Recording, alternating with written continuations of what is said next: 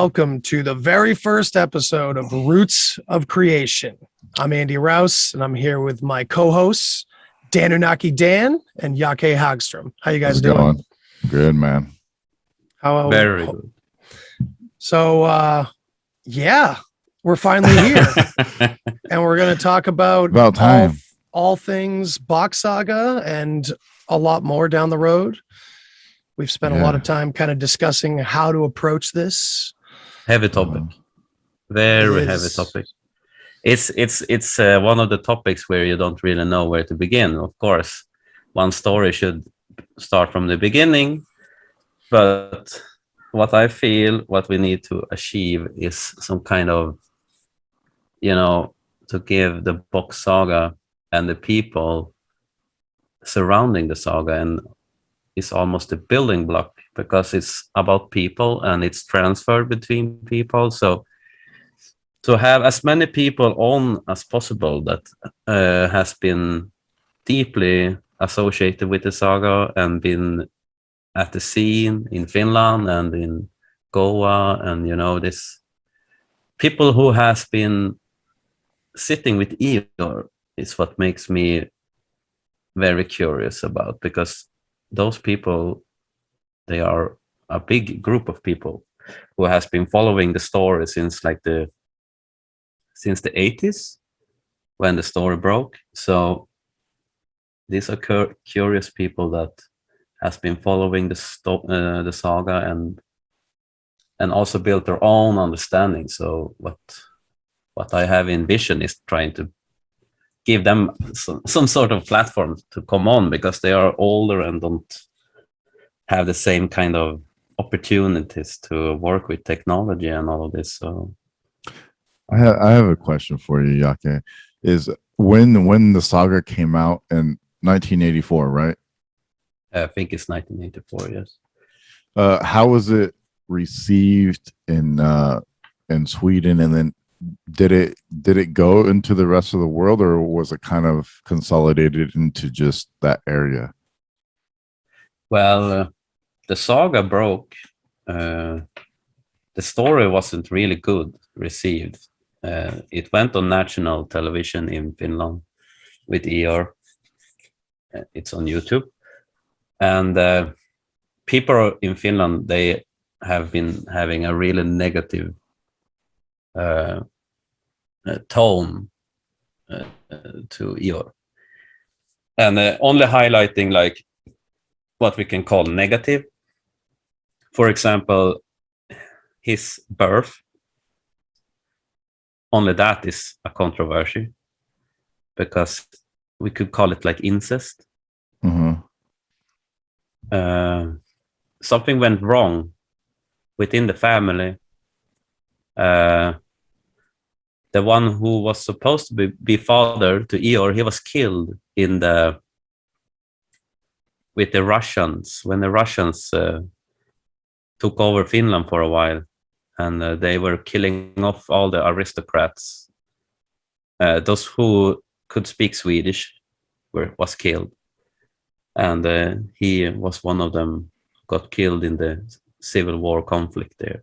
You could say like a civil war, because it was big confusion in Finland during that time, and people got killed. And so only from the beginning with Eeyore, there was a big controversy, because it was meant to be like brother and sister. It was because the saga started with a brother and sister, Frey and Freya, in the story. And they wanted to end it with the brother and sister also. So only that is a big like controversy. And he was also like smoking a lot of pot, but people are like putting him in the drug folder, only because of that. So you know how it is. It has been horrible here in the north against any kind of smoking culture. Since like the First World War, it started to become like this in the Scandinavia. So, but because Denmark, the Danish have always been open to it. Yeah, I mean, I remember growing up and like Denmark was like the place you would go if you wanted to get high? Well, they have the Christiana, but it's much more open. It's a culturally very much different. Denmark, they are much more liberal in that sense. Yes. Okay. Sweden is like they really got hammered with this anti-smoking propaganda that was coming from America mostly. So that spread also to Finland because we are so close culturally, and we have families on both sides often. So yeah, it was the right time and also a very, strange time to come out with such a story. Why do you think why do you think it was so ill received by the Finnish people? Is because it seems like it's a story about them. It's their root, it's their history. Like, why did they seem to object so hard to it? Just because of those things that you talked about right there, that he's just on drugs and he was incestuous and like a classic character assassination. That's about it. Are those like the two biggest reasons, or did anybody like look into like what the history or what he's actually saying? It's hard to say. I don't know exactly. This is actually questions we could ask people who has actually been there, but an overview view on the entire thing is that because there are so much controversial claims also that are upsetting like the already established view on things, and this is in the 80s. I mean, today it's a bit more, normal to have alternative views on things, but this is a Christian question. It's like someone who's a Christian being told about Gnosticism. It's like they're going to reject it and disregard it entirely. Yeah, they think Christians think Gnosticism is evil, Satanism. It has always been like I know last time I spoke to Michelle, he told me like before, if there's a guy like in England or, it's very rare that someone is coming to you and ask about Bock Saga. It's such a rare thing. But now the email is just, there's so much interest around this now. And I think it's the right age also to bring it out even more in this new kind of format with the podcast and try to really flesh out what the people has to say who has been sitting with Eeyore, because everyone seems to develop their own interests and aspects within the saga also. For example, one guy is perhaps really good on the Viking Age and the comparison between the Finnish mythology and the more Scandinavian, what we call like Norse mythology, which is very similar to the Icelandic and all of this. So there's a lot of aspects and different time periods we can talk about, but trying to flesh out as much as possible but I want to have more like to give a person room to speak what they want to bring out into the conversation, because we will see where it leads. I mean, just to have the opportunity to come and talk about the Bock Saga, and we could perhaps try to establish some kind of understanding, but it's so huge subject, and there's a lot of videos out there, and there's this book that people can read also. So we will see where it goes. I mean, we can do some kind of introduction, but I think the entire show will be one introduction. In one Absolutely. At least the first part of it. Our immediate goal is to just kind of slowly explain it by way of a number of different angles and a number of different perspectives, and I think that's the only way to do it. because the more we learn about it, the bigger it gets, it seems. Yeah. You know, the more land and time it seems to cover. Yeah. So That's how it goes, because it's so like it's like a Jim used keystone, to like Jim used to say, it's the story behind all stories in one way. which is bold to say, and it almost Yes, it is. it It's very sounds bold. yeah, it even sounds too big for its britches when it's called that, you know what I mean? But when you look into it, I mean, I would also like to have etymologists and linguists Yes. on, and Yes.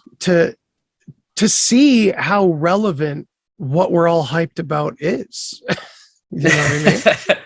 But I have to say, when it comes to the linguistics, it's really punch in the face for a person who understands Swedish, or what they call root, because it's so embarked or grounded into the land also, with the different namings of places, and with architecture, symbology, all this.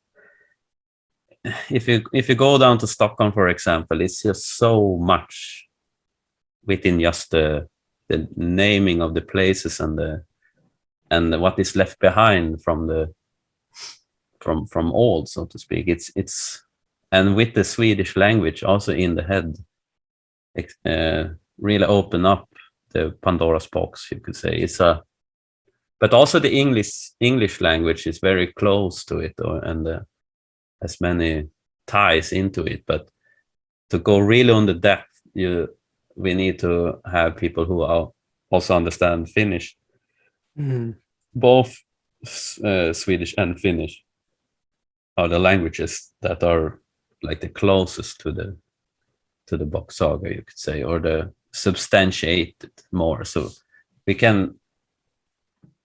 It would be nice to try to substantiate it into the English also. Like, we sit and speak English so people can understand, but try to keep it in English as much as possible so we can all follow this. It does seem like what people are often calling word magic is becoming more of a popular theme in our Western kind of alternative thinking podcasts and content. It keeps coming up. There's a lot of people that are writing books about it, and what they're talking about are puns, and what puns really are like focusing on the frequency of, or the sound of, what we're saying, and that regardless of the language that we're speaking, we can tie these words together as if it's part of a story of some kind. Phonetics. With phonetics, right? But every word has its history. I mean, every word has its root also. So as a linguistic myself, or I'm very interested in sound, and that's how I even came into the Bock Saga, because it's all based on sound and understanding and breaking down words, and it's a thing that you can do on your own. Don't need a book too much, and I think it has great.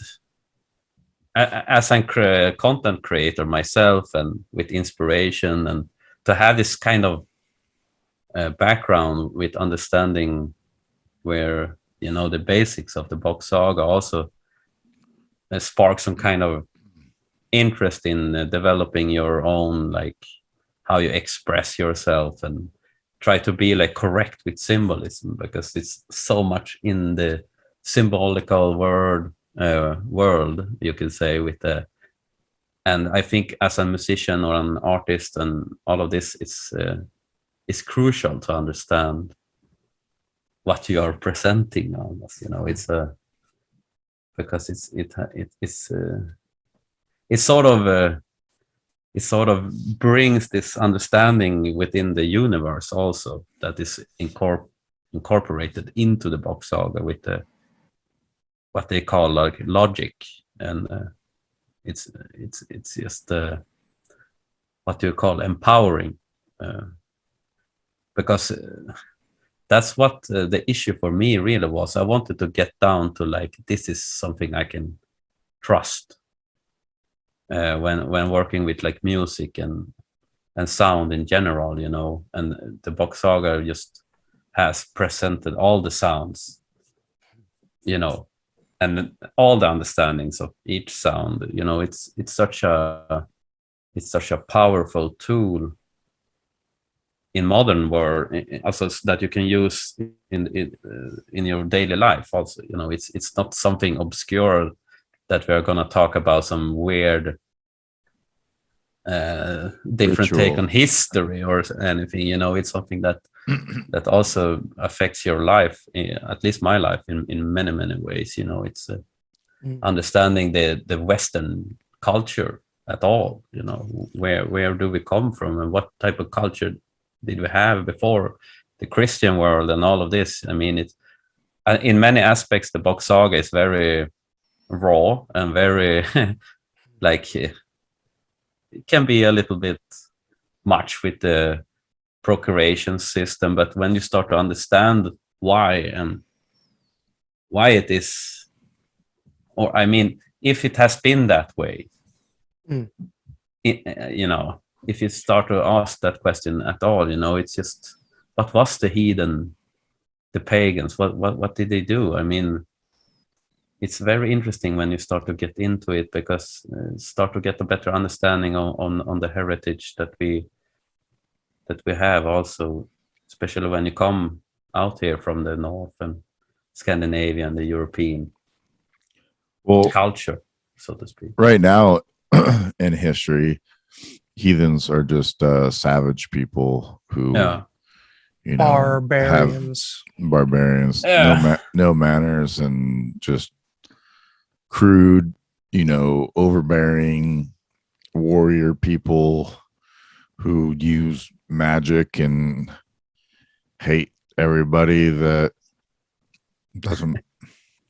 I don't even know. Like, I don't know. That's the Catholic rhetoric right there. Yeah, it is. It's a doctrine of the Catholic Church to reject all of it. So yeah, witchcraft is evil.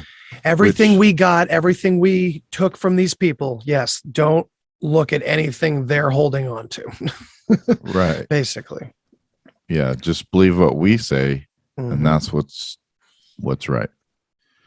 Yeah, I mean, it's sort of I mean, we are like metalheads, you could categorize us. Yeah. I mean, there's some kind of, because we can see in the metal world is some kind of rebellious approach, very feral, but the symbolism is a lot about, you know, goats and those strange symbols with the pentagram and the 7-point star and all of this, and I don't know, it's, for me, this is some kind of a cry out almost, you know. It's the anti-Christ version, you know, with the, you can see it started in Norway there with the Varviknes and this black metal, you know, and all of this this kind of thing that erupted here in the north, and it's not too long ago. It's very, but I come from that, you know, with the fuck the system, fuck everything is just, I don't understand it at all. Yeah, it always seemed to me that was the music that was appropriate for that way of thinking, and I didn't understand people that didn't get, you know what I mean? Yeah. But it's just I think a lot of my interests come from that outsidership, you know. You see that something is wrong, and at one point you don't even want to be a part of it, I guess. But I don't know, it's just this kind of rebellious, I don't know, it's just they say it's sex, drugs, and rock and roll, you know, but I don't know, it's just thinking where we come from a little bit, because that's what we have in common in many ways. And it's interesting that we also sort of slided into the interest of the Bock Saga, because it's sort of putting a bandage on the rebellious side in me, at least. You know, so So we can now, at least I can understand a little bit more about like the Swedish history and where we come from and what has been happening and what's worth fighting for, and It's so on. It's the first alternative story I've heard ever in my years of researching weird things that has felt this personal. Yeah. Which it's like an undeniable feeling that I can't entirely explain. No, it's that's the thing with the Bock Saga. It's very personal. It becomes very personal because if you speak language, you should probably get into it. yeah, because I think it's more for like the Western people because if you go down more to the south, like in India, for example, you know, they have 1,000 years of history on the paper, and Egypt, but the Scandinavia is like we had the Vikings, and no one knows what happened before that. It's like they came out of nowhere. Yeah, they came out of nowhere. Just a big bang and so big bang of Vikings. Yeah, so it gives a big substantiate into the wholes of history, and I have never heard any other like theory that are so substantiated, because I went really much into the Norse mythology, and it's very shallow, and I found out that it's like it has been institutionalized, the mythology, and it's nefarious forces that are like the shop front for the Norse mythology, and I personally has been dealing with those forces. They wanted to recruit me into this, and I rejected it straight away, and was even more confirmed that there's something wrong with the mythology that are being presented. And the Bock Saga was the only other alternative anyway.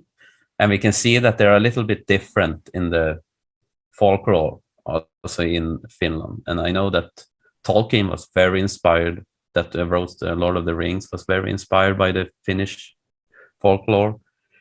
A lot of his work are drawn like from tales and stories from Finnish folklore. So it's very interesting to try to dig in to the Finnish mythology, because it's not so much that has been done on it anyway. And this is like from the root canon. I even know that on paper, Eeyor's family, like Eeyor Bock's family, was the oldest family living in Finland, like even on paper. And they have been having, you know, the Bock family has been a family that has been in the center, so to speak. I know that this Gustav Mannerheim, which is a really, really prominent character in Finland, who defended. He created this army, the White Army, they call it, and defended against the Russians. And even one of the Bock family, like Eeyor's grandfather or someone, sat with this Mannerheim and smoked pipe, and you know, it's a small country, and they have been having a lot of influence, this Bock family, even up to the modern age, and it's quite interesting if you start to flesh it out. So, do we want to get into the claims of the Bock Saga? Let's. I wanted to say something first, though. Sure. And that's the reason why what got me into the saga was the fact that I was just trying to look at history from a history point of view, without like the religion, without the aliens, and without that stuff, and see if I could find something that could explain human history without all the woo-woo shit that we get shoved down our throat like we do. Or the mainstream shit. Yeah, One, and I think both are bullshit. and when I ran into the Bock Saga, it seemed to really define all those things as natural progressions through time rather than these big grand spiritual type encounters. And so I mean there's spiritualism in it, but it's not in the way that you see projected in Christianity or Catholicism or any of the other ones. And then it shows the connections between all of those to it, and that's what makes me go, oh well, shit. If you can get connections from all of these back to the saga, then maybe the saga was the root to source. And then when you start to go through the Bock Saga and you start to listen and hear the actual, things, they start to click and make sense in your head. Like even the Out of Africa story has been proven to be wrong, that we didn't all come out of Africa. So if not Africa, where did we all come from? That's a big question. And the Bock Saga answers that question. For me, it was so a long time ago, I read a fictional series called Domain, and I'm gonna have to read them again. And I'm gonna be very curious about the author this time because, he was writing about an alien encounter that's coming in 2012, and I read it before 2012, and connecting it back to the Mayans and the South American areas and the whole tall, white, blue-eyed gods idea. And it was just fictionalized, but it got me curious about the Mayans, and that's what got me down those rabbit holes back then. And all these years later, after I've completely lost so much faith in any extraterrestrial themes or agendas that are being pushed out there, and I find a lot of it laughable or corrupt, the Bock Saga has come in and pieced together that bizarre part of our story in a much more down-to-earth way, and that's what's freaked me out. But if I can say, the more wild part about what got me into Bock Saga that really stood every single hair on my body on edge was that I used to do psychedelics, and not ashamed to say that because they gave me a lot of perspective on things. But one crazy trip when I took way more than I probably should have, I came out of it sounding like a complete crazy person saying, I think there's a secret story hidden inside syntax itself. And all my friends who were there tripping with me thought I was nuts. Oh yeah, the drugs are intense. And I had to let it go on the outside, but I had been thinking about that forever.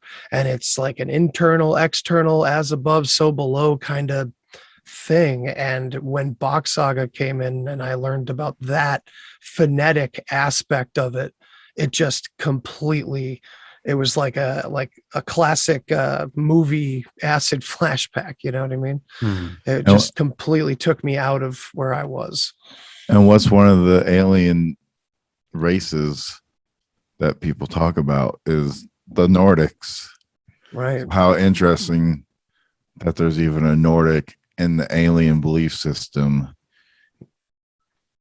So maybe it's not necessarily an alien. Maybe it's a remnant of memory, or maybe there's still some type of Nordics that live underground that have technology. I don't know. I mean, that's going way off into the fucking weeds, but I mean, of course, you know what I mean?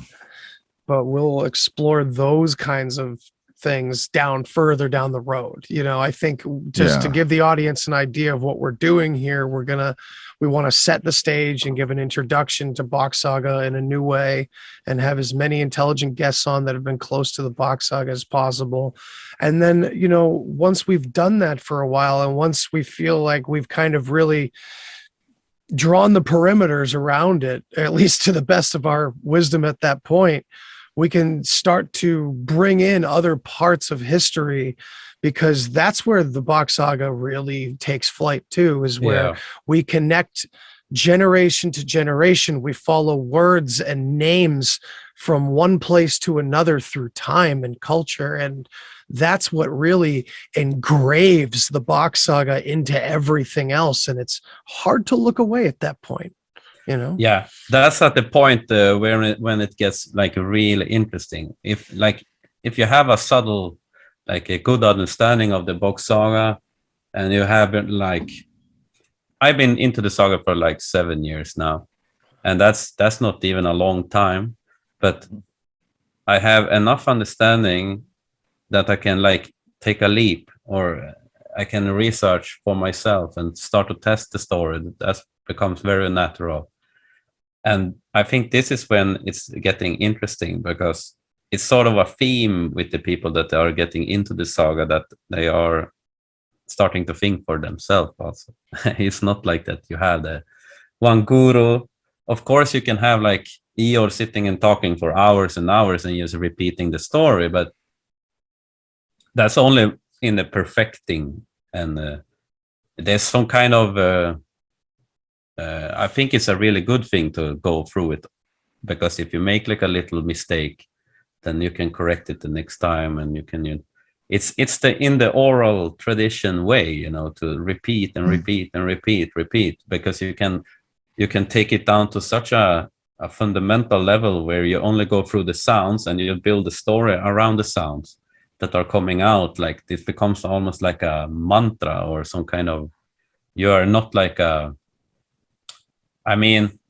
you are the vessel for the saga, and it sort of speaks for itself when you have the sounds correct in your brain and associations and all of this. But in the more modern age, when we have like computers and we can research, we can go into archives and like go into the small details, with especially when you look at the historical claims that the Bock Saga have. I mean, it is such a red thread. I like to call it the red thread, because it's really one red thread. It's the royal thread. It's this is the knowledge of kings, I used to call it. This is the kind of knowledge that a high king would have, like the Bock Saga mythology, because it gives such power. You can create new words. You can, when you understand the fundamentals in how the language is created, you can sort of also create new words and or develop. manipulate it. Yeah, you can manipulate, you can do whatever, but this understanding is quite dangerous. But I think it's a gift to the world from the Bock family, and that was the purpose from the beginning with Eeyore. So he was destined to do this for hundreds and hundreds of years. So we could even call it a technology and say it's only dangerous in the wrong hands, you know, manipulation. Yeah, right. But it's better to have as many people as exactly aware of it, because then people wouldn't be controlled as easily either. Exactly. It's like magic, right? It's the same themes we talk about on a number of other shows, where it's, you know, if the world knew the entire story, then the secrets wouldn't have any power, you know, that whole thing. I think that's an important part too, is a lot of people are like, well, how come just now this Bock Saga thing is coming out? And I think it's because for a long time, throughout all of history, it's always been an oral tradition. They've never had to write it down. And then when Catholicism came, they destroyed a lot of their texts and a lot of their belief system, because they wanted to destroy that belief system. So when you go, hey, how come there's so much history missing over here? Well, because it got destroyed, it got burned, and there was no books to keep it going, and that knowledge didn't exist anymore. No. So this is like a renewed, a refound knowledge and a peek back into history that we people haven't seen before. And it's to me, it's like that missing piece of the puzzle that everybody's been looking for so long. And finally putting that missing piece back in really like gets you to see the whole picture in a different way, in a different light, and it makes your awareness and understanding so much deeper. Wait a minute. I thought there was another alternative history story that was already the missing piece that's been suddenly found over the past few years. What's that one? What's that one? Tartaria, right? Oh, Tartaria. Oh, that sounds, just the way you explain Bock Saga sounds eerily familiar, because that's the way Tartaria is being pushed as the missing piece. Well, it's not found it. It has been there, but it has been, like we call, hidden or hidden. Yeah. Hidden and hidden is very the same thing. Is it the same? Yeah, probably. So it's like the same as like makes sense. Okay. It was hidden. Occult or hidden. Esoteric. Very the pronunciation is very, very much the same, almost like hidden and hidden. Even it's pagan has a similar, I mean, without the P at least, but has but phonetic. It has been hidden. They were hiding it in plain sight. So let's get into the claims. I suppose we should start doing that. Yeah, let's do that. All right, I'll share that screen.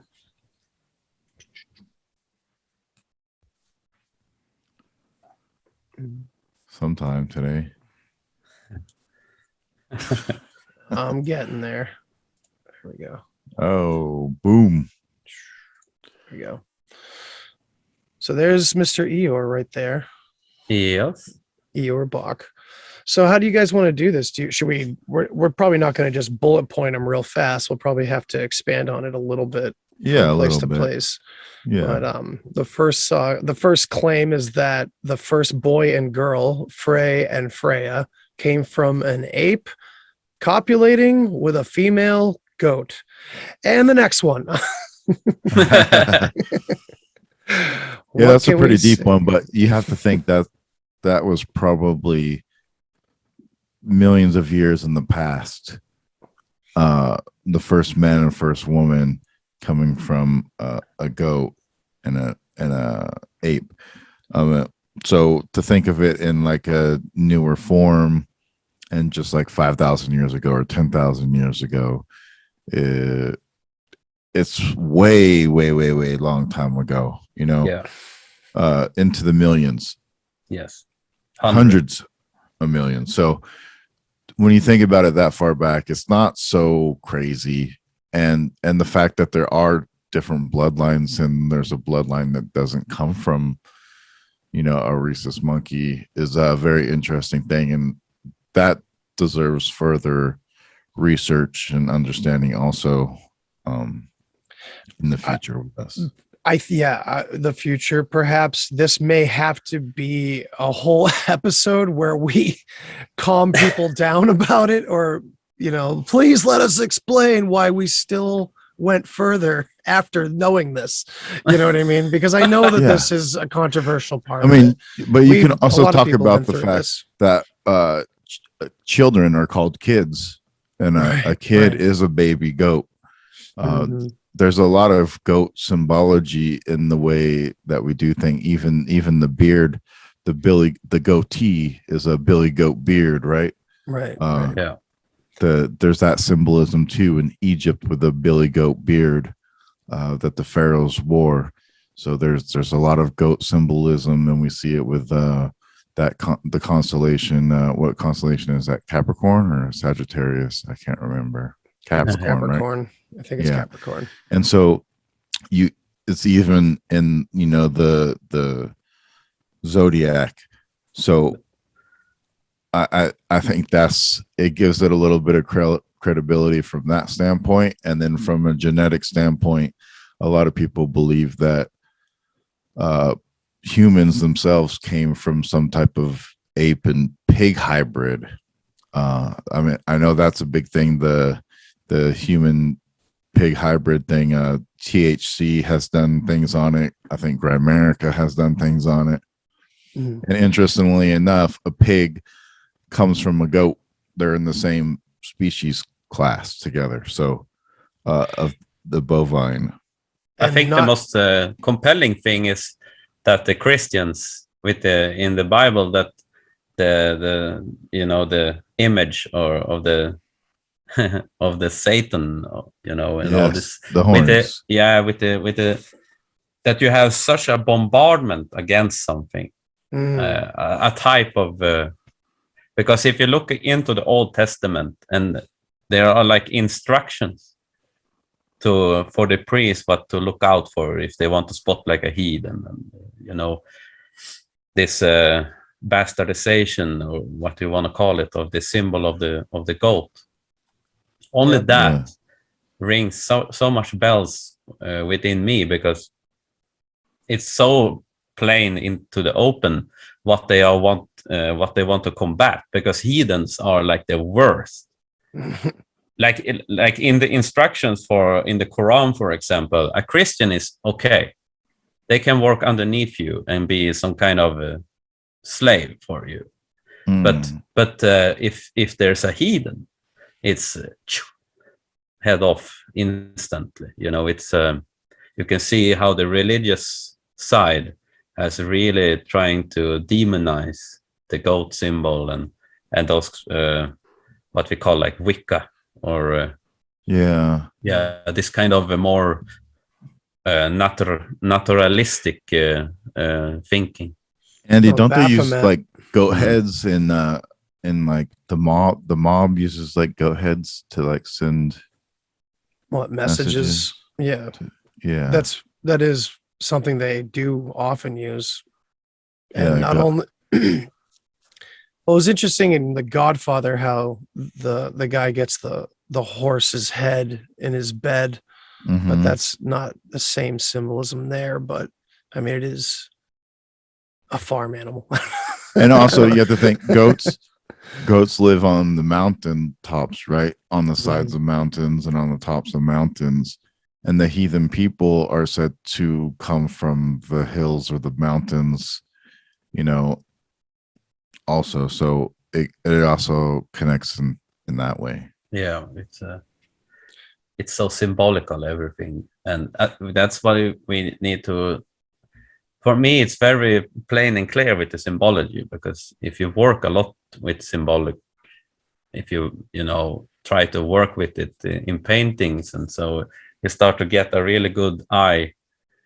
And maybe we can do something in the future when we're trying to get more symbolism and more visual, but I don't know, it's something later on.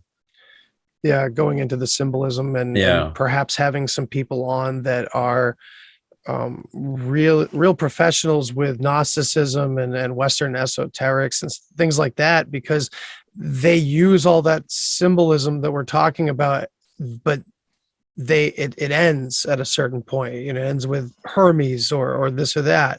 It ends with the history that we've already kind of been familiar with for quite a while. You know what I mean? Where we're taking it much further. There's been a lot of images, Jacques, that you've shared with Dan and myself that you found that, are archaeological finds that, just show the symbolism going way further back in Scandinavian prehistory that is just connected directly to more modern Freemason, like what is it? The Grail and stuff like that, the Templars. It's all connected right up to where more, these symbologists kind of start their sagas and their ideas about these symbols. So this is going to take things a lot further back, and maybe we can connect these things better. And the best thing, we can connect from cultures all over the world, because there are like universal symbolism that can be explained within the Bock Saga. Very good. So there's a lot of topics to get into and that we can look into, but I think the most important thing is to try to substantiate the idea and the understanding as an oral thing. Right. It's called as a saga in Swedish. Is to sa is to like say something, and ga is to like to give. So it's something that has to do with receiving and giving. It's that repeats itself. It's a saga. That's what a saga is, So that's the first step, I think, in trying to flesh out this story. We can sit and talk on podcast and have references that are so far out within the Bock Saga, but they are coming from the Bock Saga understanding. Me, for an example, everything is like substantiated from the saga because it's the red thread that I'm talking about that is presented within the saga that are so hard to look away from because it can give this substantiation into the course of history. And that's very, very valuable, I think, in understanding the past. Absolutely. Yeah. Okay, we'll move on. So that the Bock Saga is coming from Frey and Freya and passed down from generation to generation in the form of an oral tradition. So that's what we're saying. Apart from Frey and Freya, all human beings are born from sperm and egg, and all animals from embla and egg. So there's a difference there. And that doesn't give anybody any idea of what that is, of course. But we could also talk about how they connect the sperm to God and the sun. Yeah. Consciousness. Right. The source of consciousness in this saga is the sun, and they call it Odin. And this is sort of where the idea comes from with the goat and the ape also, that it was some kind of divine intervention that within the sperm, this sort of ande, we call it, or the breath, when we breathe, it's like it come from the outside via this North Pole energy. I don't know. This is very like metaphorical and mystical, but why they say that man has sperm and not embla is that because we have a part of the sun within us that allows us to speak and have this kind of structure with the phonetics and all of this. That is an aspect of the sun. Because in one way, the sun is a big loudspeaker. In one way, it's the universe projector in this saga. And another name for the sun is soul, S-O-L. Yeah. So we get our soul from the sun. The sun is the soul. And person is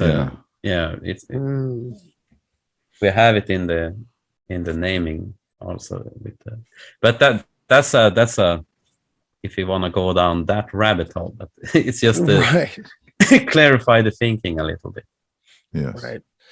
So, we can get into all the details here. I didn't realize the claims were so specific to all the details of the story, but yeah, that every boy and girl becoming 7 years of age began a daily rite of drinking their own sperm and sap. Yeah. That men and women were offered and collecting sperm and sap.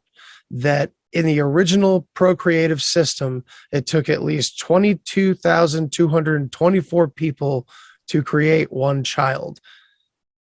That the original military system was a procreative and not a destructive organization. I just said a lot of things. Yes, but this is what is really like the hard thing. It's about this system with the fluids, so to speak. But it has to do with the sun creation. That because it's like this one instance when the sun is intervening, or Odin, or the all creator, or what do we want to call it, that makes humans special. And that's why they preserved the sperm. That it was so important for them to not like throw it away, because the sun power, or the Odin, was contained within the sperm. This is what the elevation of the sperm, like in concentration. That's why it takes over 22,000 people to make one child. That's why they wanted to compress the sun power, or the soul power that they say, as much as possible, so they can create, like elevate the human race through each generation, so it doesn't lose the soul power that was given from Odin from the beginning. And this is sort of the idea behind the entire system. But there's so much other aspects into it, because it affects like the immune system within the herd, or you'd see there's so many aspects within this kind of system. And the entire structure seems to be based upon it, right. From the very beginning. It just, and this is the part that is the hard part, the hard swallow, no pun intended, for a lot of people to get, because they look at it from a very contemporary point of view, and it just seems immediately like, something you wouldn't teach a child or this or that. I don't know how to get around that, and I feel like we have to address the modern perspective, but at the same time also kind of allow people to understand it's like these were primitive ideas from people without perhaps another system telling them what to do. How can we frame this for people that are like, what am I listening to, that haven't heard? I know some of our listeners have gone down already and have understood this part of the saga and probably have moved on, but just for those who haven't, what got you past this part? What's the takeaway from this? Understanding the reason behind why they would do this. I think Yake put it pretty well when he was talking about, absorbing that soul energy and trying to keep that soul energy alive through the generations. Survival of the fittest, if you will, like, doing this, absorbing all of this sperma and then contextually putting it into a new child, because of the way that their birthing system was. Only the last child would have children and procreate. And so by taking all of this energy, people talk about that orgasmic energy, is probably coming from the sperm itself too, is what's giving it that energy. And that's like the Big Bang too, the Big Bang. A lot of people say the Big Bang is wrong, but in one way you could look at it like all of that energy coming together into one body, and then all of that energy going out of that body into a new body, into a baby.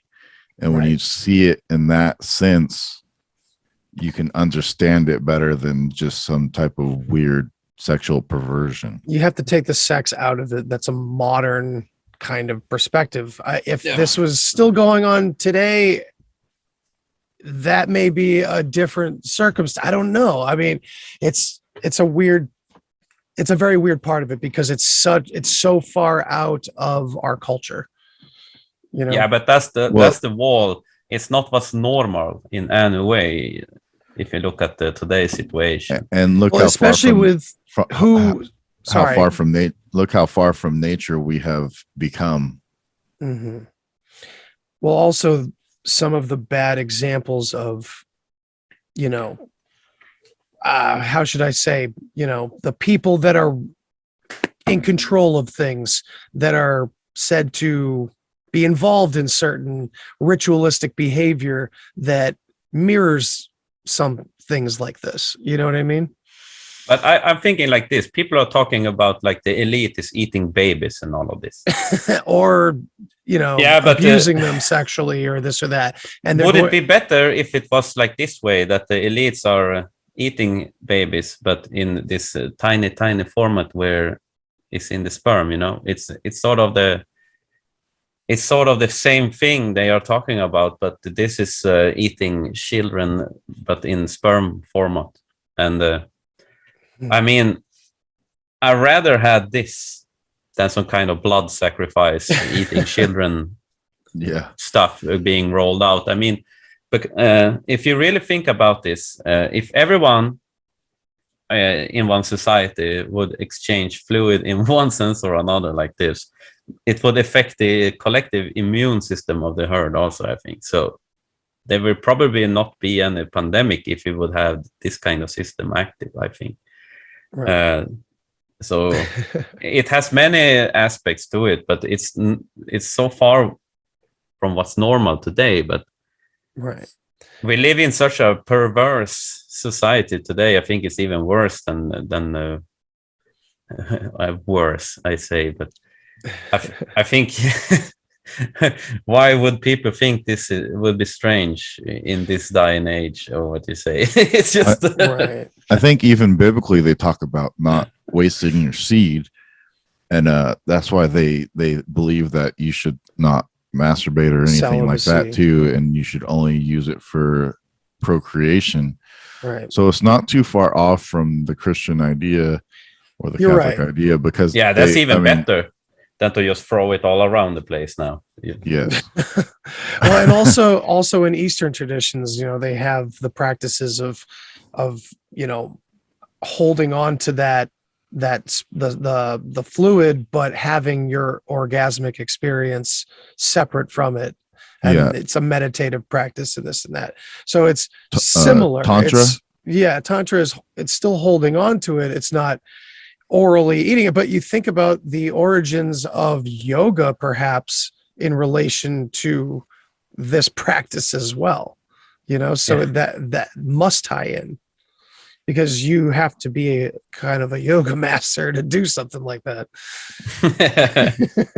That's why they start so early. I don't think they drink from themselves until it's time. But I understand. And the sauna part is also like a connection to this, because in the sauna, in the hot sauna, you are getting more flexible, especially when you're out in this cold climate and all of this.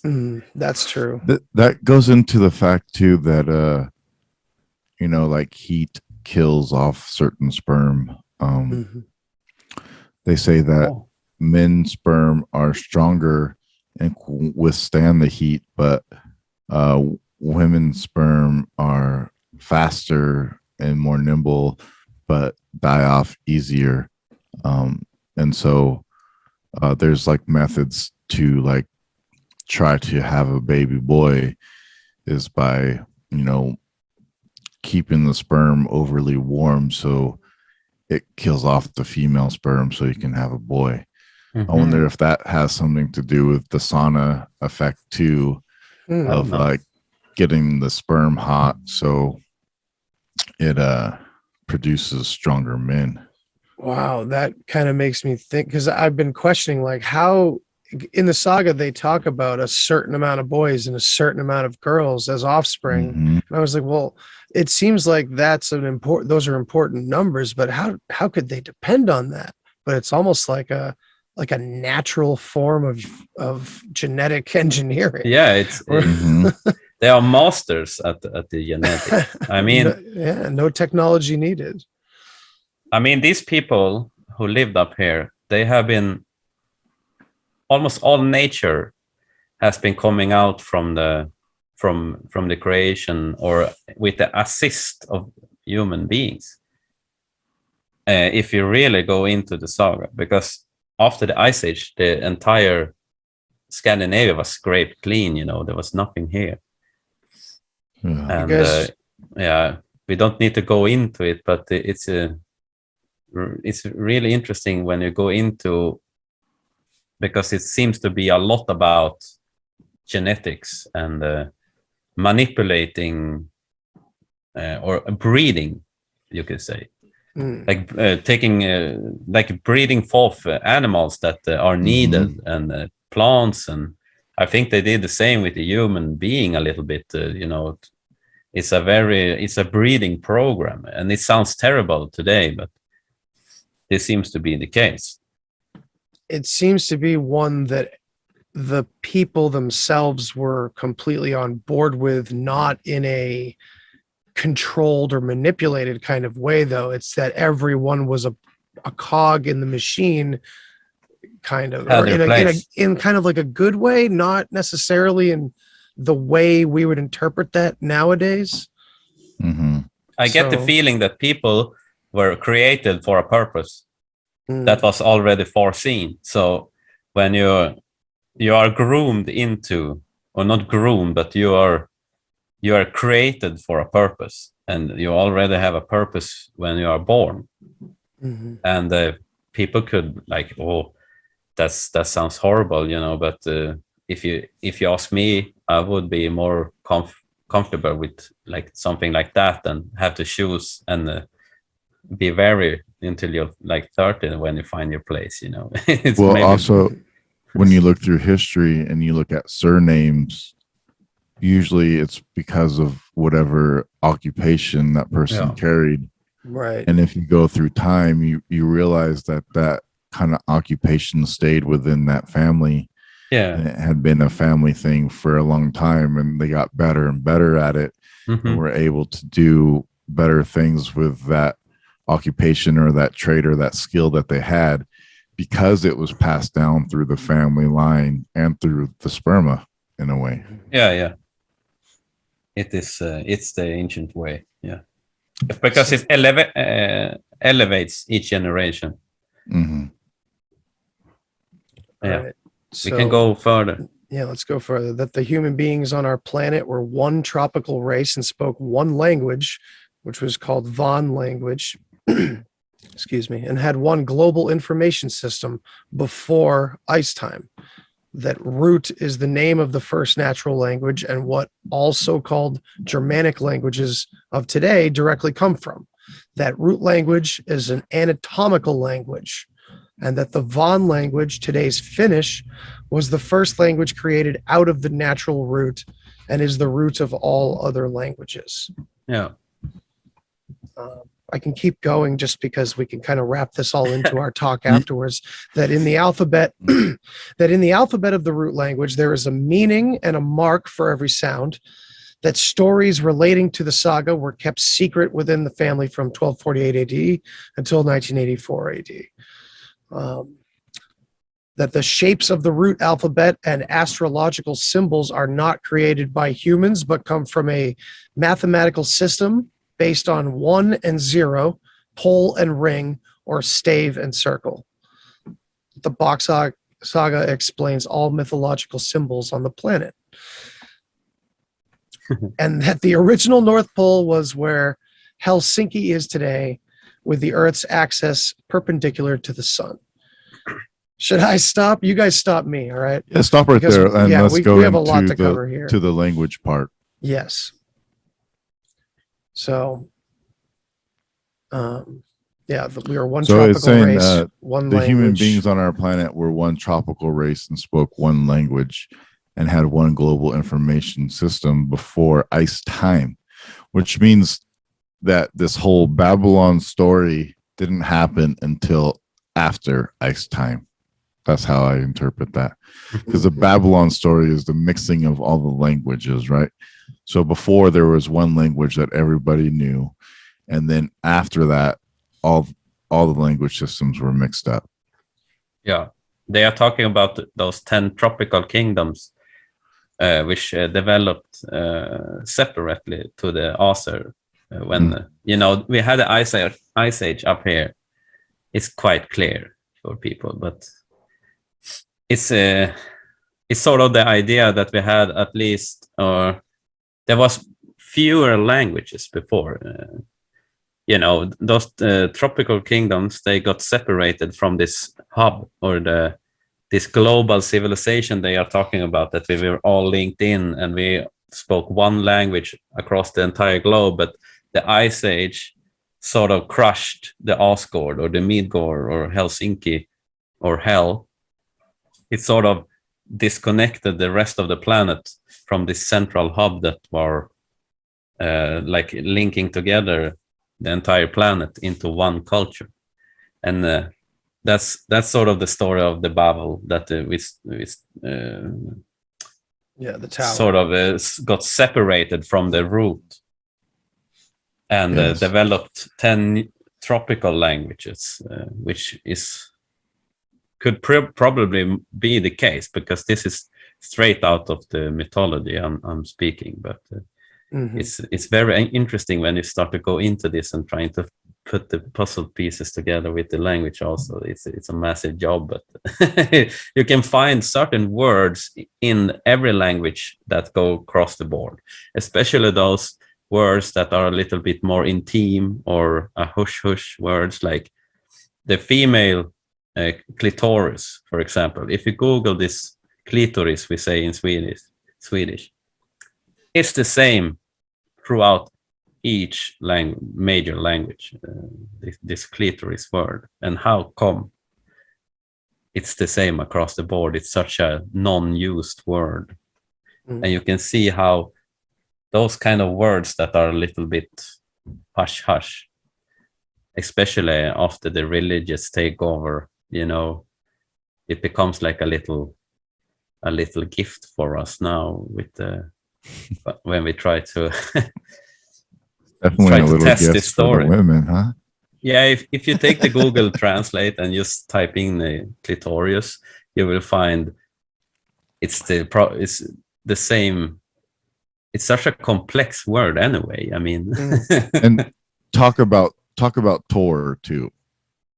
The Tor. Clitor. Yeah, it's the little Tor.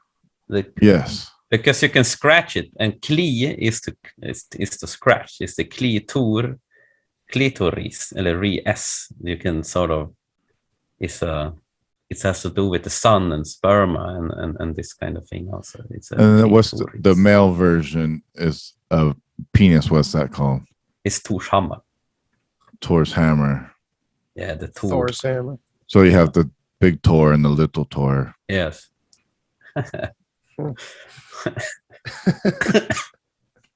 It's sort of the idea.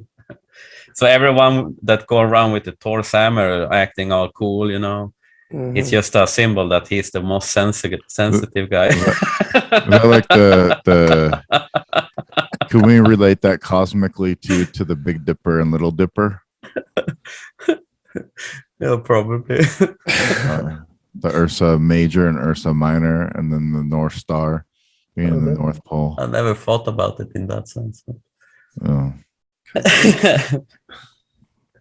No, I think it's important that we address the fact that the Bock Saga has a lot of what we would consider in modern times as like sexual symbolism, but it's specifically because, consider a proto-human, like that's the perspective I have about it. It's like, just consider people on the planet with no rules and no understanding and no indication of what to do next. You'd be inspecting your body first, and then you'd be inspecting your immediate surroundings.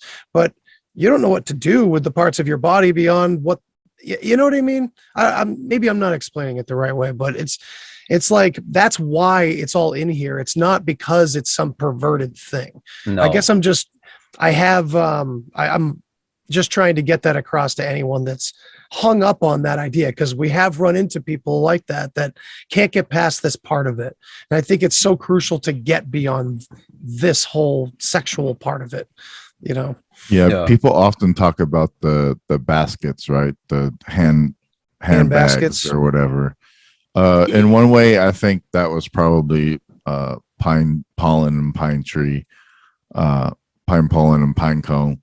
But in another way, I think that maybe it could have carried the sap, which is the tree sap of, the pine, which is also the sperma, and that they were anointing people with the sperma and the pine cone to signify that they're ready for procreation. I think that has maybe something to do with that aspect also. I'm not 100% sure. I can only speculate on that. But that's kind of, what I'm starting to see. So yeah, it's so much to get into, it's yeah, and we can focus more on the language, and the language deserves its own whole thing, and the military system is other whole thing. Right, of course. And the suggestion that the Bock Saga explains all other mythological symbols on the planet, that's going to be multiple episodes. Obviously, Yes. we're probably going to have to, pick a specific part of the world and mythology and kind of dig into the similarities and show Mhm. what came in between. And because it seems that we're going to be able to have certain guests on that have a very solid understanding on the passage of time and the specific roots and I don't know, the traveling habits of tribes and where these names and languages went from one place to another and Mhm. where to follow it. So um, let's see. Like Do I we said in wanna- the beginning, we're gonna go into some kind of unknown territory almost here, because the people who has been sitting with Eeyore, and can you imagine the time? I mean, we guys have only been into the Bock Saga for just, it's such a new subject, but we have a lot of material to go with. But It's true. it's gonna be very interesting to see what the other people can come to the table with, that are like, because that's the thing with the Bock Saga. I think the value in one human becomes very important, because it's this compressed version that is the most interesting. I think if you ask like a 80-year-old guy on something, he's gonna talk about about it from a life experience perspective and compress it really good. And this is what I hope we can try to achieve here, to try to really compress the information into the best format, because there are the tapes of Eeyore when he go through every sound and all of this, and I don't think we're gonna do this kind of thing because it's more a solo. We will see where it goes. We we don't really know. No, I would definitely like to have one of those guests that come on here go through the language system with us, so that way we can kind of ask questions and kind of some of the things might be harder for the normal people to understand. So it would be good to be able to ask those questions and then have them go over the whole language system and put the circle on the screen so that they can see it when we talk about it. Okay. Yeah. I've stressed to you guys multiple times, visual learners will benefit a lot from, screen sharing and some visualizations and stuff like that. Because there's a lot to piece together, and there's a lot of pieces at once that you kind of have to keep in mind. And, but yeah, we can get into what it suggests about the ice time. Let's see. That around this old North Pole, known as Hell, was the first ring land called Odinma, with a diameter of approximately 250 kilometers. Udin. Do we know why Odinma is the word for the sun? Because it seems like what Bock Saga will do for us is to show us where things come from linguistically, but what is that from originally? Is it some sort of perhaps like a mantra? Because it sounds almost like Yeah, but Odinma. the oo sound is clearly the ring. And Because the circle of the mouth. Then is like it Mm. in Swedish. Den, det, den saken, or then, it's that ring. okay, Okay, gotcha. all right. It means that circle in the sky. That big thing in the that sky. thing. Ooh, then. Okay. Who then?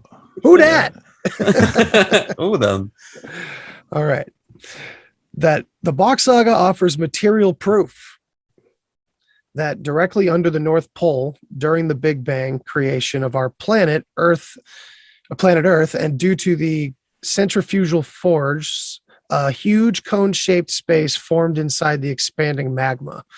That over eons, this big hole was transformed into a storehouse and filled with precious artifacts that were offered up in appreciation to Hel by the people of the earth, and is, in fact, a museum of the history of the human being made from gold and precious stones, which have everlasting properties. That inside the cone-shaped space should be a golden spiral road descending many kilometers to its bottom, which should be bigger than Udenma itself. That within the wall of this golden spiral roadway should be many rooms, each with 3 chambers full of precious artifacts that had been offered to Hel during a soul, Bakken, Baldur's breeding lifetime, about 50 years, and a full-size golden statue of him should stand in front of its door. The entrance to these Bock family treasure chambers is also the Lemminkainen, or Solbakken Baldur's temple, situated about 23 kilometers east of Helsinki. So that's really interesting. That's a huge point of interest for me. The actual site, the excavation site of Lemminkainen, and the fact that this is, correct me if I'm wrong, the first time that the Bock Saga has a direct run-in with mythology that is accepted by the Finnish already in another context. Well, this dig is a big story. That's what the group has been doing. You know, they have been trying to excavate into this temple, and they had a really, really good run there in the beginning. But I see, from what I've heard, there was this American guy who wanted to make like an institution out of it, and he wanted everyone involved in this dig to sign some kind of paper on that everything that was inside of the temple should belong to this kind of foundation. Not good.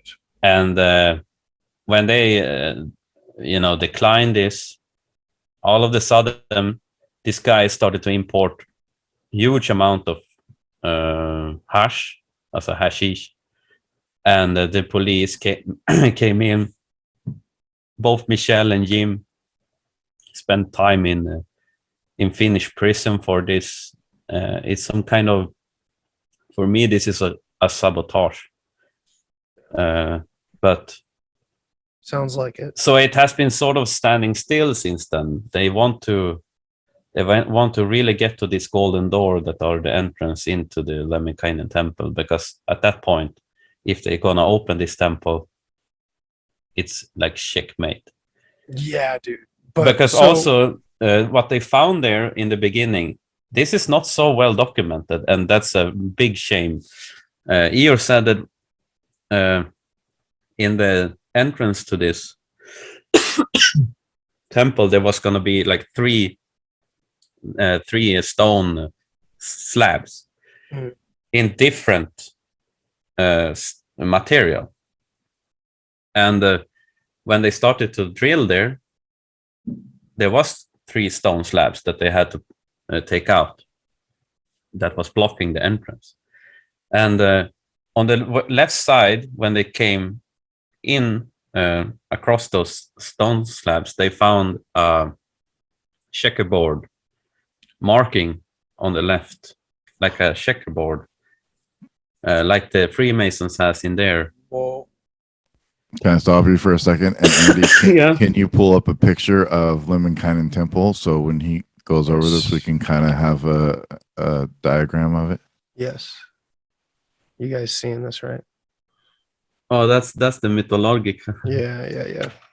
Well, so, and that's also what I was asking about, because it seems like this is the first run-in with the pre-accepted mythology already. Like Lemminkainen is something already. Oh, this is but that's another. You know, Finland is only like 100 years old, and when Sweden broke off from when Finland broke off from Sweden, they wanted to establish their own identity.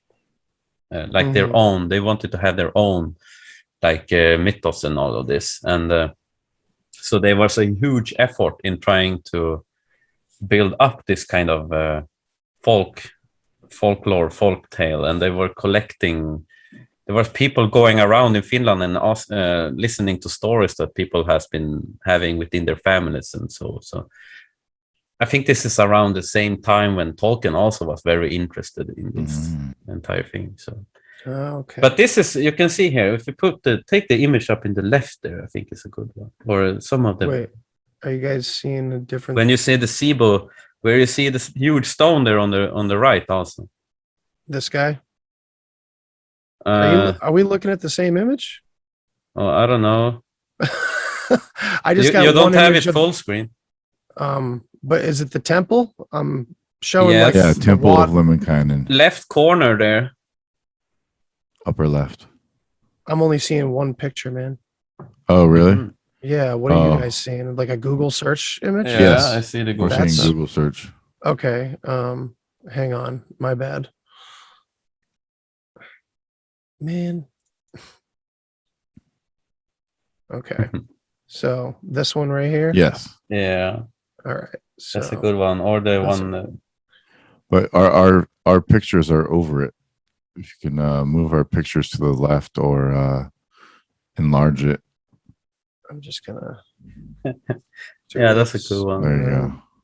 I mean, Yeah, you see it said that the stone there to the right is called a Sundial Stone.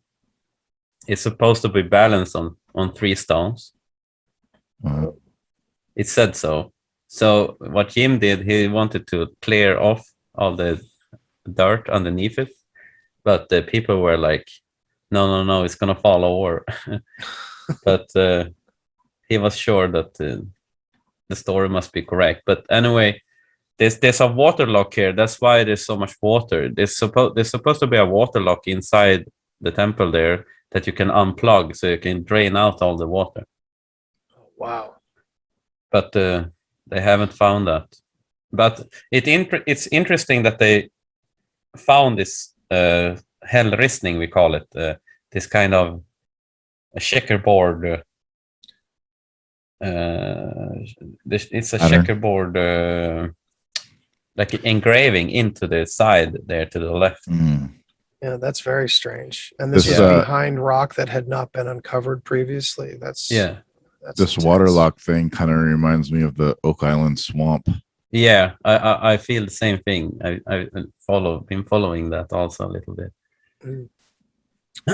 But this is where they did the Ättestupa also, from on top of that stone, the highest stone there. Also, Right. Yeah, All right. explain Ättestupa. Yeah. Don't go full Ättestupa. no, but the Ättestupa story is that they didn't want people to, when they couldn't support themselves with a stick anymore, then it was time to go to the Ättestupa. So the stick is sort of one symbol for the old grandmother or grandfather that it's closing in, So it's time to like really, give them time to tell what they want to say, and all of this. It's a symbol of that final time, But it's one ritual that also with the Ättestupa. It's one suicide recipe, but yeah, they wanted people to be able to take care of themselves, Yeah, it seems like the message is that the culture prided themselves by absolute independence of some kind. Yeah. At least on that level, on an individual level. Yes. Let's see.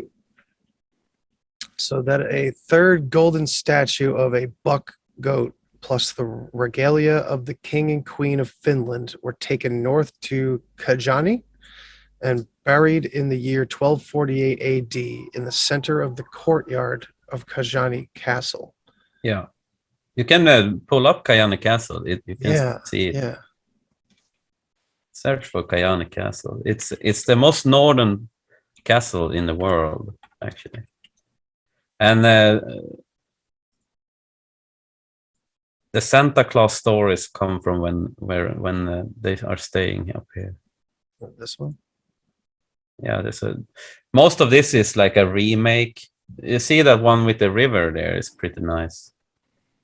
From the river side, when it blue water down, this one down there. To there.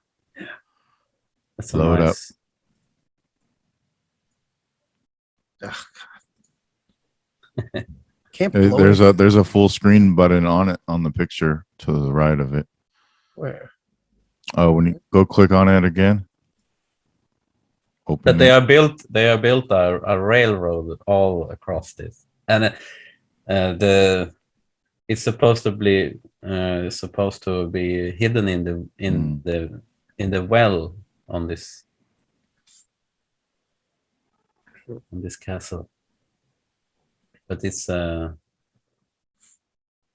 when the Catholics rolled in, they said that the Bock family stayed up here in the Kajani. It's way up in the north of Finland. Yeah, it's beautiful. Yeah, I want to visit this place. It's not too far from where I live, actually.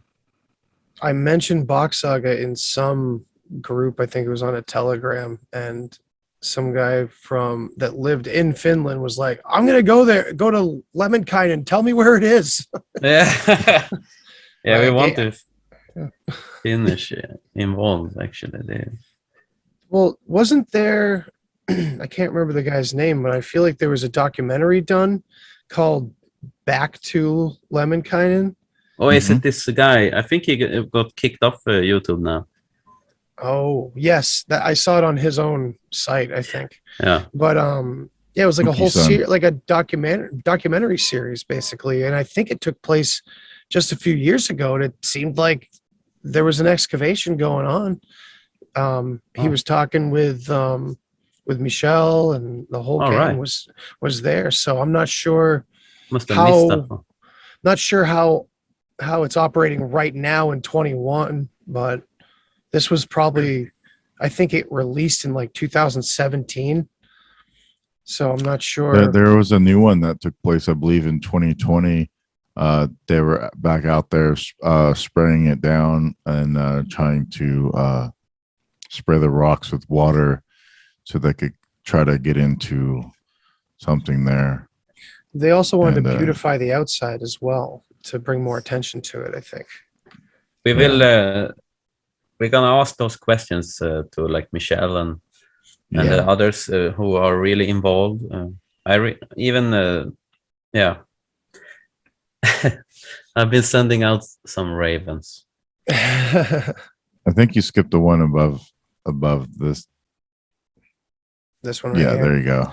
So that 50 million and 10,000 years before 1984 AD, the axis of the Earth and the galaxy shifted and started the ice age that lasted for 50 million years. And the galaxy. And the galaxy. That's an interesting one. Yeah, that's what they talk about. The entire galaxy system changed. So it's even one leap further, you know. Wow.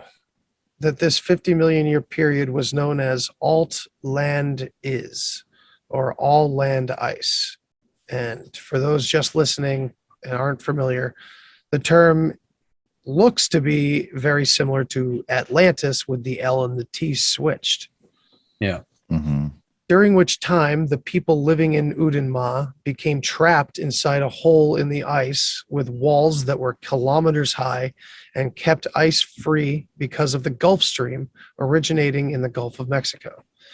That during this Altlandis period came into creation Arctic plants, animals, and agricultural systems, including domestic animals. That during this 50 million year period, those people living in the ice-free tropical parts of our planet divided into 10 races with 10 mythologies and languages. That from the direct descendants of this first family came all the different tropical king houses and procreative systems.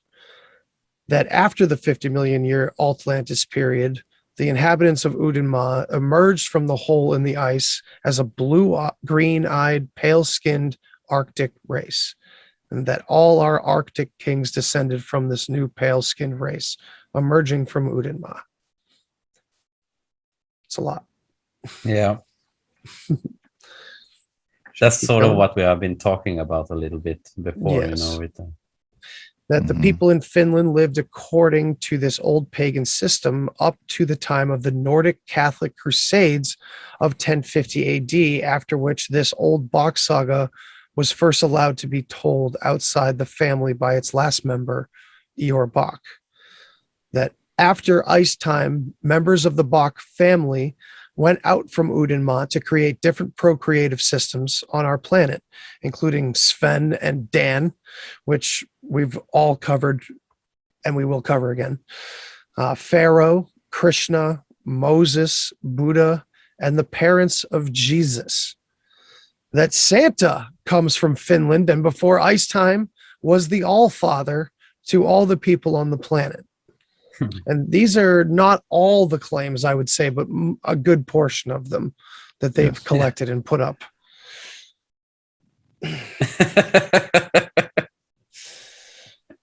Yeah, it's a lot, but it's I'm sort of like say, oh, can we continue the storytelling now? Yeah, well, just to end with like Santa being the last one on the list here, just shows how vast this, this thing covers. Yeah. And interestingly enough, what brought Santa Claus to America was the Danish people that came into the East Coast, and they brought with them this story. And so it has expanded from there in America to what it has become now. Yes, it's like the one of the most depicted people still, this All-Father Santa Claus is still today such a huge thing, because all of this offering that was going up to hell and Udenma is this making of handicraft and trying to as appreciation of the All-Father and all of this. And we can see it across the board especially if you look at the things that they have been finding here in terms of handicraft and all this kind of artifacts from pre-Christianity. It's in the symbolism of this kind of thing. We can when we do some kind of symbology program, or we can do so many things surrounding this where we can present and show actual things that has been coming out from like the archaeological community and stuff like this. I think is very important in the long run to show people that look, because the most important thing we need to establish is the understanding of the saga, so we can when we look at things we can see what I'm trying to say, because it's so heavy when it comes into the archaeological and symbolical side with the rune stones and picture stones and all this kind of things that you can find, the tangible the aspects. alphabet All-Father bait. Yep. We need to bet the hook of the All-Father, like we say. It's like a joke, he bet the hook. Other things would include the fact that they have been finding mummies with red and blonde hair. Many civilizations all over the planet say that Caucasian people with light hair and blue-eyed came to help their civilizations grow and taught them different things on the plow and how to harvest and all that different stuff. And so you can see even in the archaeological record and the stories of these other places, they revere these Caucasian people as gods to them. And so it's very interesting that this comes out, because this shows you where those people came from and who they were. Right. It's just another perspective, but it's so substantial, and I mean, I don't feel that I am crazy about it, because it's so. I think this is more not crazy to like follow than some kind of alien story, or I mean it's just a different perspective, more logical. Yes, very much. more human, more generalized. It's all about people. That's the huge thing about it. It's a story about people mostly. This entire Bock Saga. And to me, whenever we look at ancient history in the eye of extraterrestrial ideas and things like that, it's just, those aren't our thoughts. Those are our experiences in the modern age with sci-fi literature and movies and things like that. That's not what we would attach to any of these ancient ideas if we didn't have modern rocketry and things like that. And I know that it's kind of flipping it on its head, where it's like our modern culture does not dictate that of the past. And we've been told, or what's being pushed is the opposite. Like, hey, who says they couldn't have rockets back then? It's like, I don't think that's what we're getting at here. I tend to, that would be very, very, very weird if they were sitting around watching TV back then, because they would, that's television, and like your style of technology is personal to you and those who are interacting with you. It's a form of artwork. It's like a mechanism that you're building is a form of art because it gets things done. It does a job. So no one's going to have that same coincidental formation. Like no one's going to come up with television or something like that from the past. You know what I mean? Am I hitting on the right point there? Where like no one's going to repeat the same specific technology to our time period. Well, I don't know if I 100% agree with you on that one, but that's okay. I mean, I think in ancient times they talk about magic mirrors, which could be related to a television or a phone, and you know they have other things that were technology to them, though. Energy and electricity, I believe, was a technology. Right. And they were building canals, and they were building what's it called, like piping and stuff like that, aqueducts and all these other different things. And it wasn't technology to like keep you busy for the day, or you know, because you had the day off. It was technology to help civilization grow and be better. So I guess I was more talking about the distractive shit, like technology. Yeah, but I also think that alchemy was a technology of the time too that has since gone away. The combining of materials and getting and creating a new thing with alchemy and stuff like that. I think alchemy was a very big deal, and that's one of the reasons why the church has deemed it as an evil thing and got away from it and demonized it and burned all the witches and you know all that stuff to send an example not to practice it anymore because it's a heathen way. And that is, I think, the technology that we have lost, that we don't understand anymore. That alchemy and combining things together and creating new things is what we have a hard time understanding nowadays. It's like, how were they able to do these things? Well, they had alchemy, and we have no really idea about that anymore. That's a good point. Yeah, but it's like a nature knowledge, or it's a more it's I'm thinking like with nature, like it's metallurgy, for example, is one of the crafts that the author were really good at. I even think that the steel came out from it, you know, like because I can see a lot of this development that has been going on the last thousands of years come from the war development, you know, with those conflicts between clashes of civilization, or what you can say.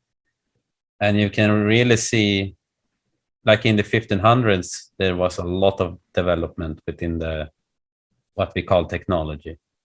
And it's all rooted into war, as I see it. But what I'm trying to say is that the technology is like something that are being developed in times of need, you know, when we need it for a purpose, and we sort of get the off what's the being handed down to us in our hands and in our daily use is just byproducts from the metal. I mean, from the war machine in many ways. So I don't think they needed so much technology back then.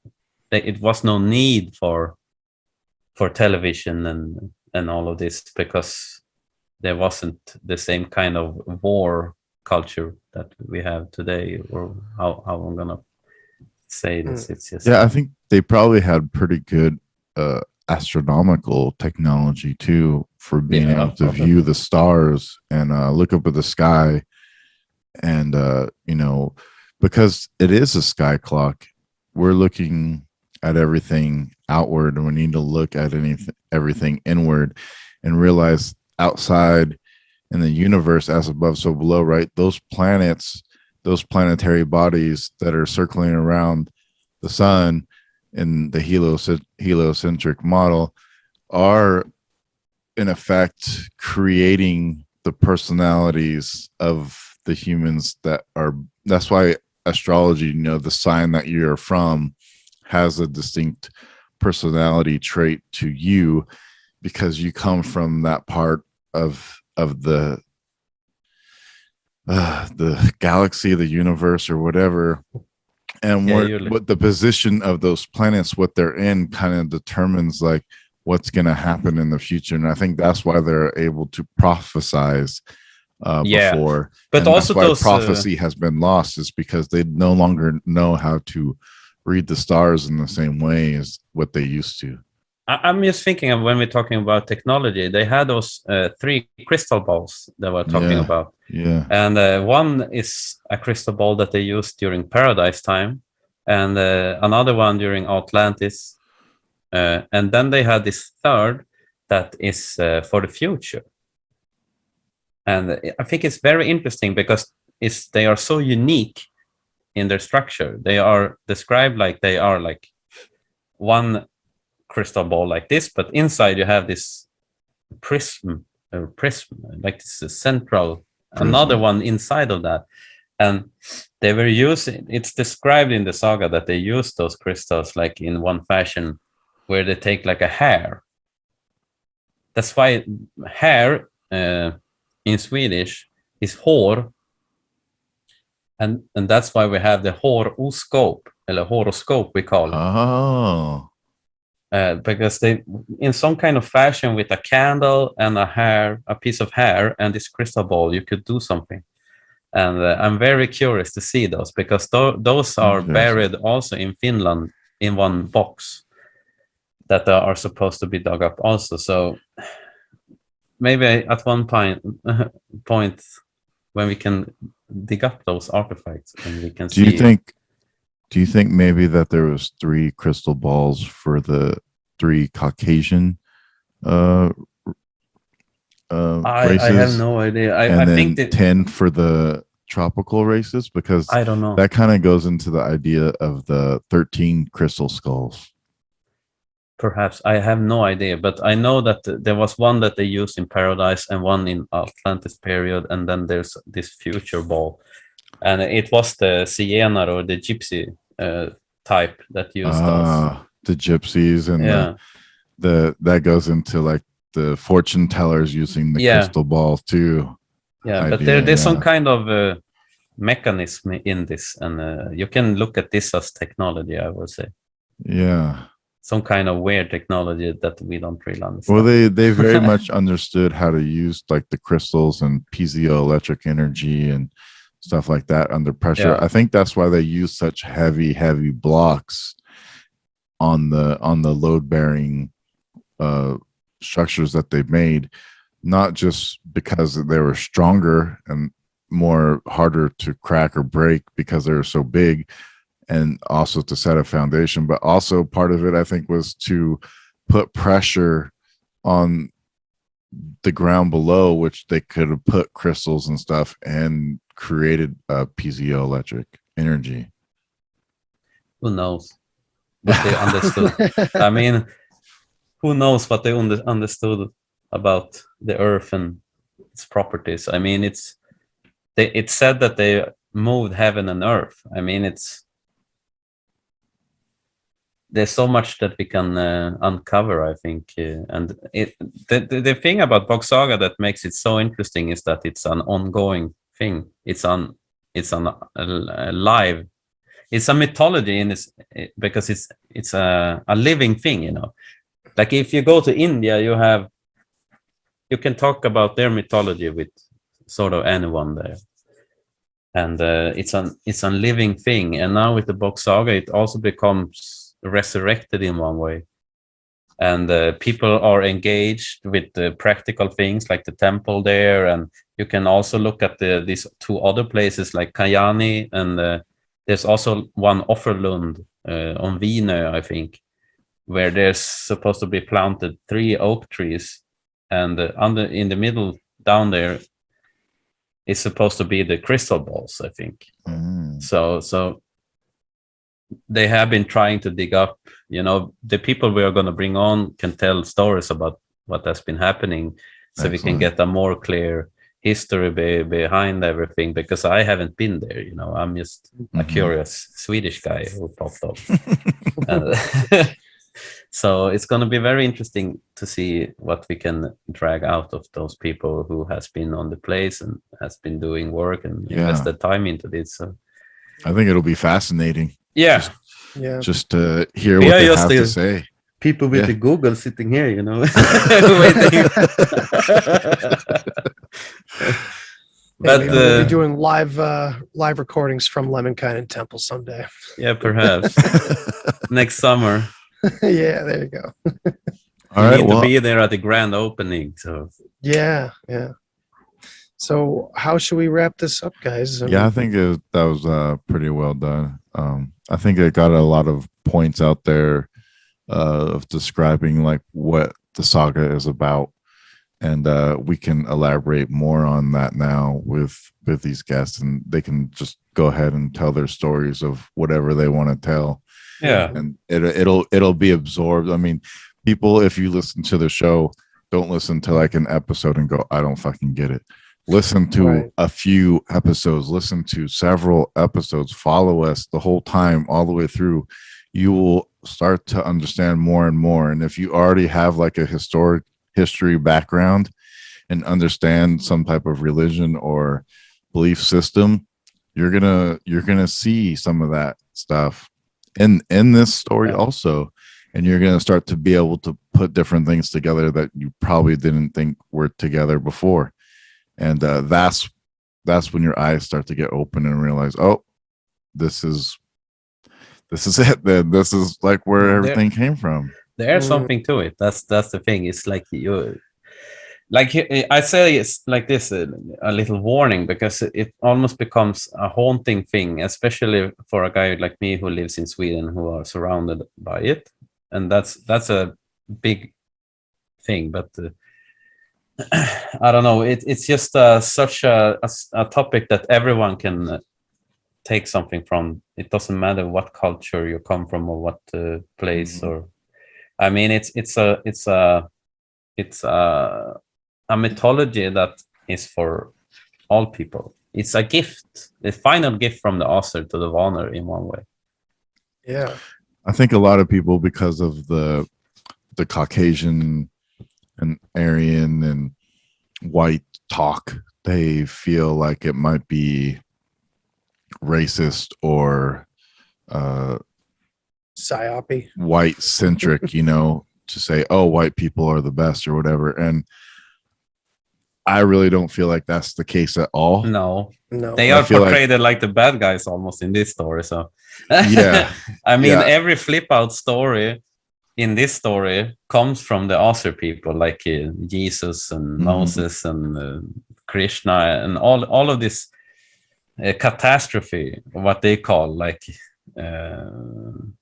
bad events in Bock Saga perspective, or they are also responsible in one way for it. So it's not like they are pointing fingers at anyone, or like saying those people are better than the others, and it's just it's just a collection of knowledge that has been compressed and into throughout history. Right.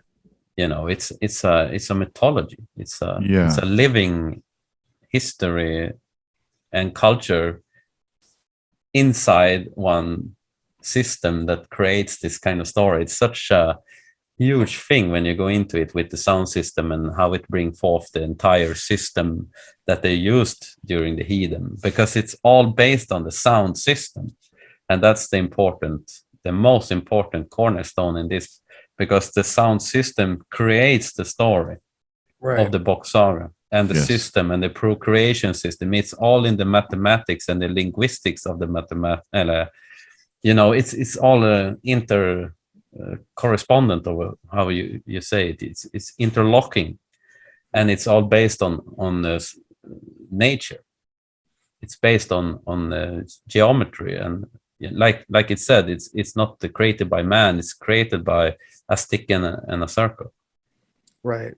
Mm-hmm. So it's going to excuse me, it's going to take a number of episodes to really talk ourselves around Bock Saga enough to really establish a foundation, and our guests are really going to help us build that foundation with all their different perspectives. So this was a great first episode, I think, though, and I hope people will like it. Confused. I hope everyone's very confused but intrigued enough to come back for the next one. Yeah, and also, I mean, it doesn't mean that you can't go search out some of this information on your own. Exactly. I recommend getting the book and reading through the book. It's super interesting. There's a lot more stuff in there that you can't find in the videos and stuff. Mm-hmm. You put links in maybe in one way. I don't know. Yeah. We'll put lots of links. Yeah. Definitely. Yeah. We'll have some stapled links that will be there at all times, like probably bocksaga.info, because it's kind of their hub. Yeah. Yeah, That's definitely. the best way. Yake, do you have any place for the people to get in contact with you or find you? Well, or do you want to be found? Well, we have an email. I have email, but just go through. We should have like a common email. Almost. We do. I set one up, and it's on Proton Mail, which. Oh, all right. I'll send you guys the info so we can access it. So what's the ROC email? Then, it's just rootsofcreation@protonmail.com. Excellent. Yeah. Good. Send all the questions there, and we come back. Exactly. Yeah. If you have any questions about this Roots of Creation podcast, we can even have like this Telegram where people can come in. Yeah, actually, we could just either start a new one or open up ours to others or something. However we want to do something like it. Either way, we've been chatting, the three of us, in Telegram about this for months. So it's nice to have it finally come to fruition, gentlemen. Yeah, it's great, man. Yeah, I think this is gonna be one exploration. Yes, Mm-hmm. and I think we're gonna try to do twice a month or once a month or something for now, at least. Yeah, we'll see how it goes. As long as if Yake can keep bringing us guests, we'll keep doing shows as often as in accordance to their schedules and stuff like that. I mean, that's what we have to try to do, is be available for the guests when they're available, so that we can get them on the show and talk to them, and we can put them out when we need to put them out. But as far as that goes, like, we want to try to be helpful, not the opposite of that. I think it's we won't get any further, so the Bock Saga is always like that. It doesn't matter with the topic you take within the saga, we're always gonna have something to talk about, because it's such a huge topic, the entire thing. Very Andy, fractal. where can they find you? Well, I'm over at the Deep Share podcast. So you can get me at contact@thedeepshare.com. Or, yes, if you want to send me an email. You can find me at the Deep Share podcast on Instagram or the Deep Share on Twitter. That's about it. And you have a YouTube channel. Yes, I do. I didn't. DeepShare does have a YouTube channel. Yeah, I wasn't aware of that until later, and I actually watched an episode on the. I've watched several, but I found it a little bit more valuable, especially with some of the guests that show a lot of pictures and stuff. Yeah. It was really helpful to see the pictures while they were talking also, which is I'm glad that we're doing this one on video also because we can really use those visual aids and helping. Yeah, we're definitely going to have a lot of that, I think.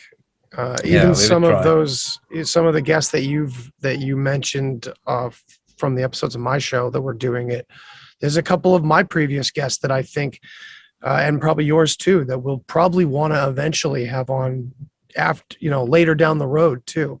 Who knows where this will go specifically, but we're definitely going to branch off and kind of envelop the entire human story. Mm-hmm. And then I am Danny Unaki Dan, and you can find me on Rising from the Ashes, and we have Instagram and Telegram, and we have a link tree set up on the Instagram. You can find us at RFTA Podcast, and you can get in touch with us there if you want to. Killer Telegram too. Yeah. Killer. I mean, there's not very many people in it yet, but it's good stuff. Eventually growing. All right, everybody. Well, thanks for tuning into Roots of Creation, and we'll see you next time.